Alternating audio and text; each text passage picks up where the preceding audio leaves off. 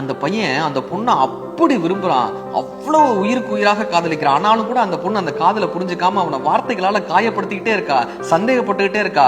பிரிஞ்சிடலாம் பிரேக்கப்னு அவனை காயப்படுத்திக்கிட்டே இருக்கா. ஒரு கட்டத்துல அவன் பொறுக்க முடியாம பிரியறதுனா பிரிஞ்சிருவோமான்னு வெறுத்து போய் சொல்ல 6 மாதம் அவர்கள் பிரிந்திருக்காங்க. அந்த 6 மாதத்துலதான் அந்த பொண்ணுக்கு காதலனுடைய அருமை புரியுது, நாம் எதை இழந்திருக்கோம் என்கிற உண்மை புரியுது.